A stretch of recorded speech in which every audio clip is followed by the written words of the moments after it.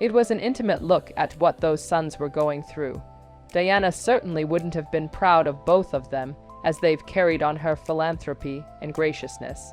William and Harry have been commemorating her life over the past year, rededicating her grave, installing a garden. Music, the details of Diana's struggle in the operating room, have now been unveiled, and it's tragic.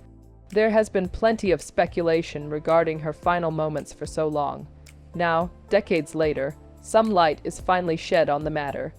The surgeon in charge has finally opened up about what truly happened inside that Paris tunnel and the operating room where her life slipped away. What did her surgeon witness that the world was never allowed to hear? And why is he choosing to speak now after decades of silence? Join us as we uncover the truth about what actually happened that night in Paris. Assassins love cameras.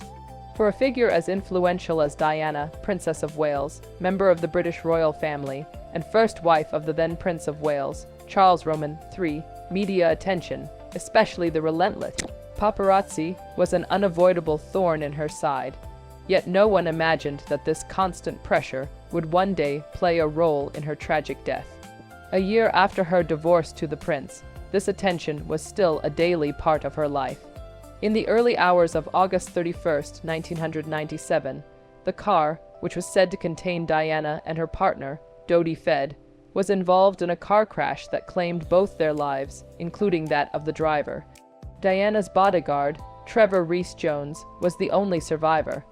Their demise came after their vehicle was aggressively pursued by paparazzi upon leaving the Ritz Hotel in Paris. They were pursued into the Pont l'Alma tunnel and eventually lost life when their vehicle crashed into the 13th pillar.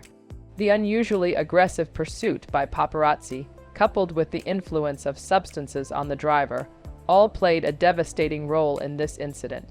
This left so much room for speculation on if this death was just an accident or a carefully constructed murder by other shadowy figures. In the moments before her accident, witnesses stated that photographers were relentlessly pursuing Diana's car, riding dangerously close and constantly flashing their cameras into the speeding vehicle, aggressively chasing money shots and abandoning reason. It was a costly act that put the safety of the princess and her entourage second over media photos. This, as a result, led to overspeeding and the eventual car crash. Although such a devastating tragedy occurred, Diana stayed put and kept on fighting. Her story didn't end there. Princesses do not die in tunnels. With the severity of that crash, most would expect a royal such as the princess to instantly switch to the afterlife. But surprisingly, no, she stayed, leaving both feet on either side of life and death. She fought so she could see another day. Perhaps this show of unwavering was what motivated Dr. Monf Damer and his team at the Petit Salpêtrière Hospital in Paris to want to go the extra mile to save her life. Dr. Mance Damer was working at a relatively young age of 33 as a duty general surgeon at the time of the accident and was thrust in the heart of the dilemma. That morning at 2:00 a.m., he was trusted with the responsibility of saving the life of the princess. He was given the task of saving a life which was just hanging on by the embers. He might have entered the emergency room prepared to work on just another patient, but not quite. This was one of the most influential people in the world. As her case was already making rounds in the press, all that was left was if she would survive this or not. The magnitude of this operation had more than quadrupled. The weight of his duty could no longer be quantified due to the sheer importance of the patient who laid before him. For someone nicknamed the People's Princess, in that moment, all the eyes, attention, flashing lights, and blog posts were absent. All that was left behind the hospital walls was an in critical condition. Woman who laid unconsciously, and a doctor assigned to her who knew the weight of what he was about to try and save. Treating the Princess of Wales was no joke. No matter how dire and exposed the situation was, they had to stay calm in order to perfectly dice the situation. Sifting through the ashes, as to all medical procedures, examining the patient is one of the first steps to take so as to make a decision on what was to be done. In cases such as these, it was highly uncommon to receive a patient still hanging on for dear life in that manner. They knew whatever chances they possessed, it would be at best slim. The medical team had to ultimately strive to forget the weight which was brought upon them, as they worked to understand the full extent of her trauma.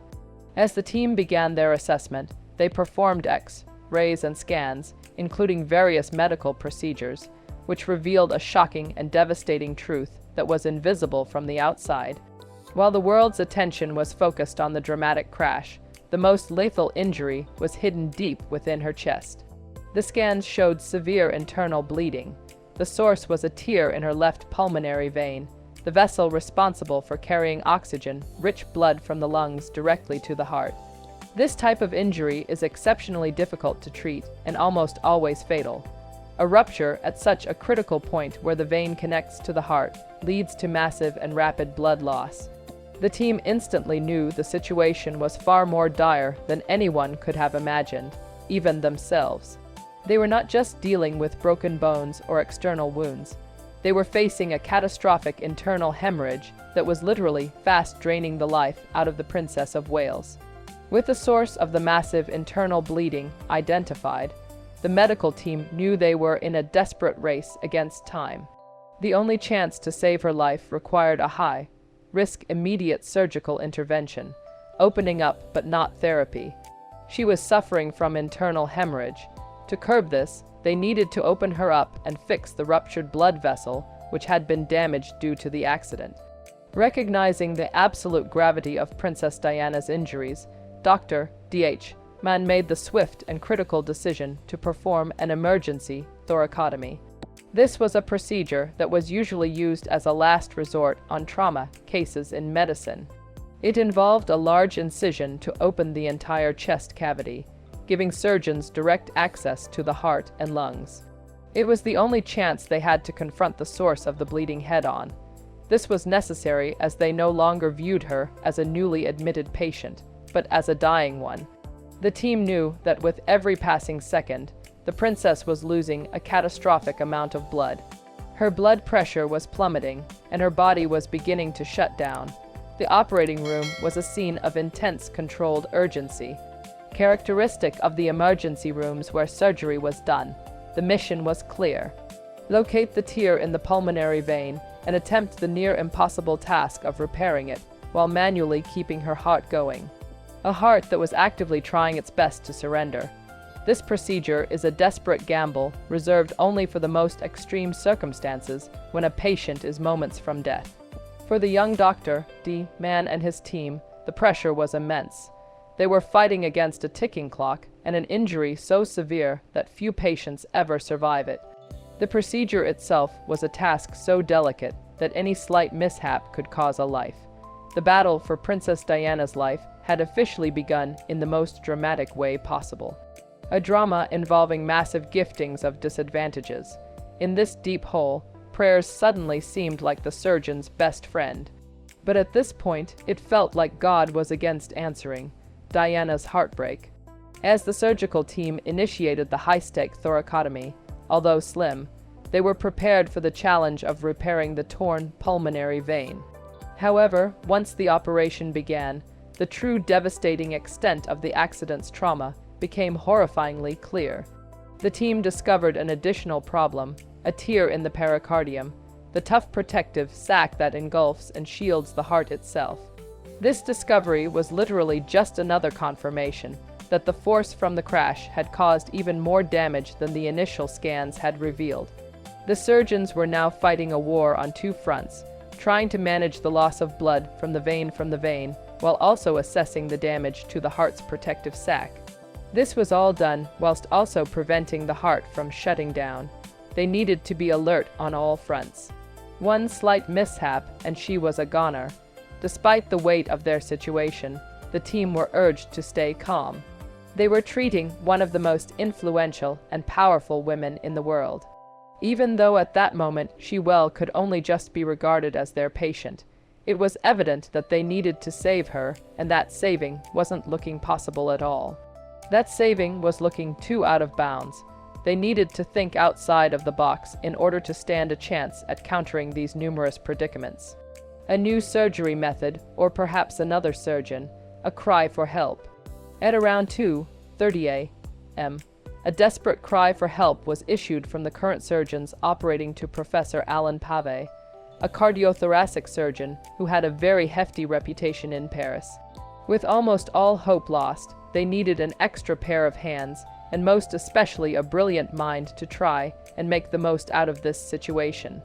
With Princess Diana's heart and lung health depreciating on the operating table, the situation had escalated into the most critical scenario imaginable. The team knew they were facing nearly insurmountable odds with giving up not on the cards. Yet Dr. Daman made a crucial decision. Recognizing the unparalleled complexity of the case and the immense weight of the patient's identity, he knew he had to call for more help. Just 30 minutes after she was brought in, a call was placed to summon another expert, Professor Alain Pavé, one of France's most celebrated and experienced cardiothoracic surgeons, to the hospital. Getting a surgeon of Professor Pavé's stature to come in the middle of the night speaks to the gravity of the situation. His expertise in complex heart surgeries was world-renowned, and his presence was the only remaining hope left for a rapidly deteriorating case. While waiting for him to arrive, Dr. Daman and his team continued their relentless resuscitation efforts, refusing to give up. The arrival of Professor Pavé brought a renewed sense of focus and a glimmer of possibility to the now near-exhausted team. Soon the young surgeon Daman would be joined by a master of the craft, combining their skills in a final desperate attempt to defy the odds. It was undoubtedly one of the worst cases in each of their careers so far. With everything rapidly deteriorating, what was really the guarantee that an extra brain was really that important? Racing against time on foot, with Professor Pavé now in the operating room, the uphill battle for Princess Diana's life entered its most intense stage. The team, under the guidance of the renowned heart surgeon, continued their frantic efforts. The clock was their greatest enemy. Every second that passed felt like an hour. It felt like every second could mark the end of all their efforts so far. The team continued working on the chest cavity in an attempt to stop the erratic bleeding from the hemorrhage. The room was a whirlwind of focused activity, with the surgeons working in perfect, desperate synchrony. As she was drifting, they continued the direct cardiac massage, a physically demanding task that required immense stamina and concentration, all while trying to address the damage to the pulmonary vein. Despite their combined expertise, the damage was simply too deep. The depth of the injury itself had made it in such a way that time wasn't lending a listening ear to their efforts. The tear in the pulmonary vein was in the worst possible location, right at the junction with the heart. It was no simple tear that expertise and hope could simply just solve. The ongoing hemorrhage of the vein meant that even as they manually pumped her heart, her body was still being starved of the oxygenated blood it needed to survive. A reality that was eating away at them with each passing second. How on earth were they meant to handle this? Silent internal questions passed as they worked tirelessly, for God knows how long. This grueling and desperate battle continued, but nature always prevails. Even the most heroic medical efforts have their limits, and the team soon found themselves falling into another trap. Diana, a princess unlucky with love. Despite the surgeon's relentless efforts during the thoracotomy, they faced another heartbreak. The tear in the pulmonary vein continued to cause a massive, unstoppable hemorrhage into her chest cavity. Her body, already weakened by the immense trauma of the crash, was being starved of life-sustaining blood. At this critical juncture, the medical team's worst fears were realized. Princess Diana's heart, unable to withstand the immense strain and lack of blood flow, stopped beating. She was in full cardiac arrest, another predicament, one of the worst kinds that could possibly befall them. The fight to save her transformed from a complex surgical process into a desperate struggle to revive her heart. The surgeons immediately began another series of direct cardiac massages. Defibrillator paddles were charged and applied. Even doses were administered, all in a bid to jolt the heart back into a rhythm. The atmosphere in the operating room became incredibly tense. The previous steady beeping of monitors was replaced by the flatline tone of a heart that had ceased to function. Every person in that room, from Dr. D-Man, Professor Pavier, and the nurses knew that the odds of bringing someone back from a traumatic cardiac arrest were infinitely small, and with time it was reaching atomic levels. Yet, driven by their duty and the profound weight of the moment, they refused to give up, initiating a long and grueling battle to revive her. An all-out resort, the final frantic pump of the medics. Once Princess Diana's heart stopped, the operating room turned into a battlefield against death itself. The team led by Dr.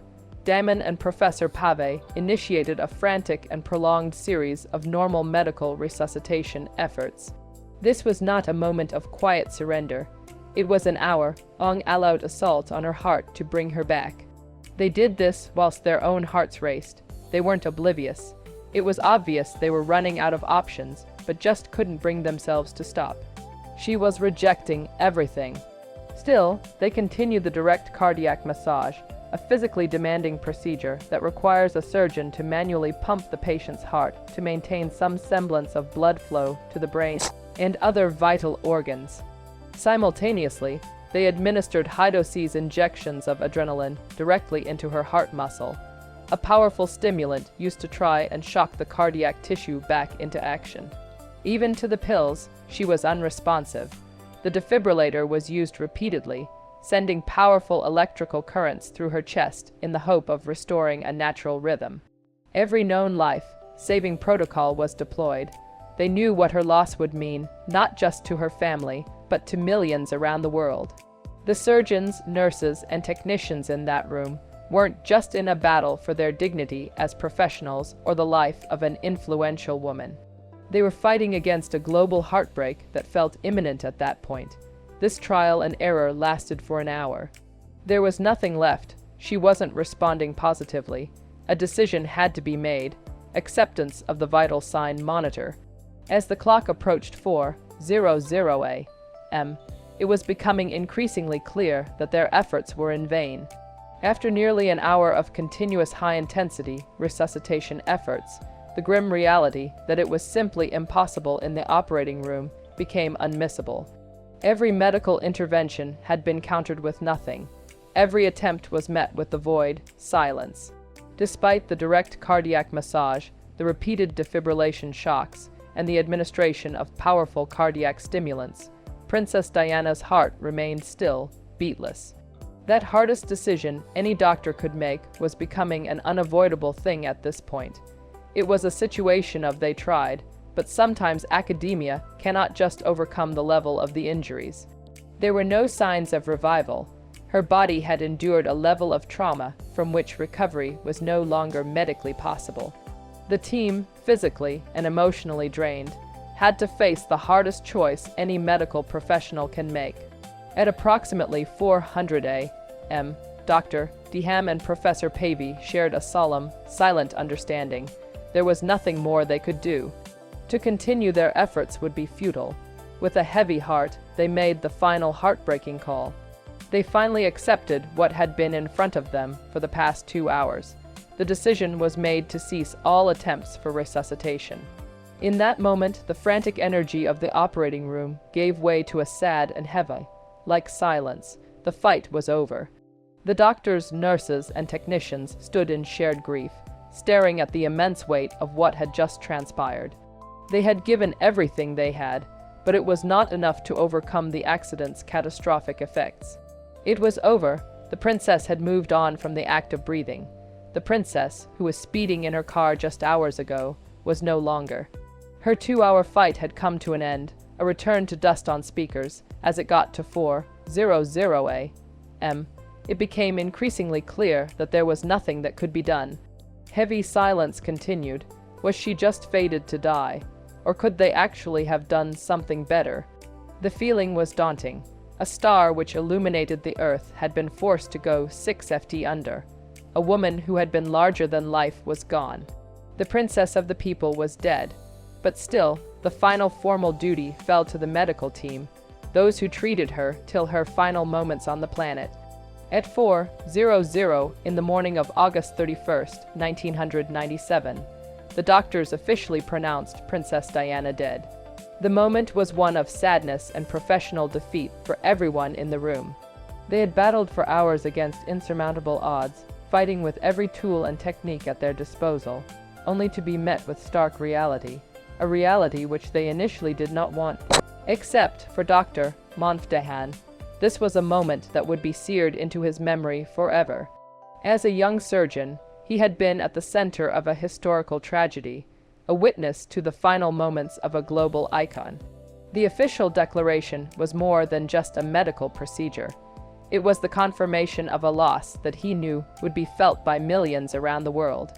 The news, which had been confined to the sterile walls of the operating theater, was now something that would have to be shared to the general public.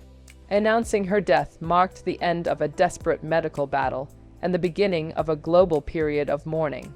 The earlier weight of pressure to save a life now turned to one of sadness and defeat, apples and onions for doctors.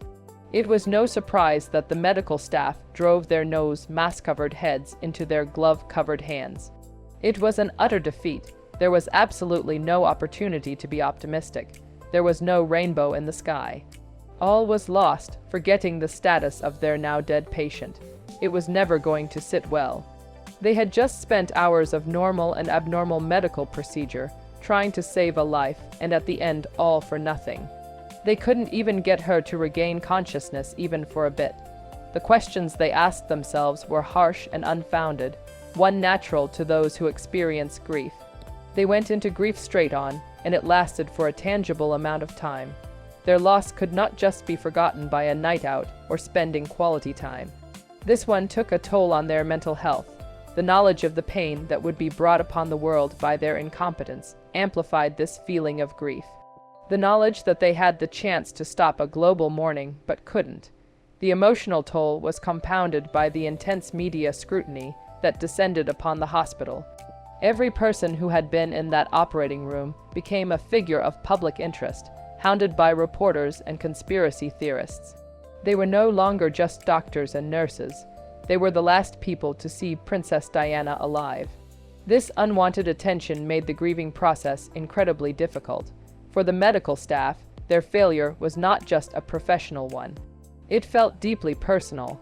They had been on the front lines of a historic tragedy and were left to process the devastation largely on their own. The experience highlighted the immense, often unseen emotional burden carried by medical professionals who are forced to confront life and death on a daily basis. But this was a case on a scale that none of them had ever imagined. Nothing concerning this death had a positive impact globally and personally. The lives of most were changed, the surgeon's final word, the pronouncement of Princess Diana's death at 4:00 that morning sent immediate and devastating shockwaves around the globe. This outpouring of public grief, however, was quickly followed by a storm of speculation, media frenzy, and conspiracy theories that would rage for years. There was no pity. The media, fans, and masses dropped theories on each of the individuals and situations involved in her death. Right from her trip to Paris to her trip underground, everything became a connection to these conspiracists. It was this intense and often toxic environment that forced Dr. Monfdehan and the other medical professionals who were in the operating room that night into a profound decadal-long silence. They retreated from the public eye, refusing to engage with the wild narratives that were being spun. They were doctors who had fought an uphill battle and lost. They had no desire to become any sort of public figures in the circus that followed. For multiple decades, Dr. Damon carried the immense emotional weight of that night, holding the true minute-by-minute medical account in silence. He finally decided to break this silence, not to create more headlines, but to extinguish the baseless rumors with the truth. He felt a responsibility to the truth and to the memory of the late Princess Diana. His goal was to provide a clean first-hand account of the 31st, honoring the professionalism of his team who fought tirelessly against very impossible odds from night till morning. Princess Diana's injuries, especially the tear in her pulmonary vein, were simply unsurvivable, and he needed the public to understand that. His decision to finally speak has offered the world a much more human perspective, shifting the focus away from the years of speculation and toward the real heartbreaking medical story that happened. inside the emergency room, where a dedicated team did everything in its power to save the people's princess. If you were to answer honestly, do you think the death of the princess and her entourage was a planned political move? And do you think the decision to stay silent by the doctor was justifiable? Would you also take a break? Share your thoughts with us in the comments section. Remember to like, share, and subscribe for more. Also, click the next video showing on your screen. You will enjoy it.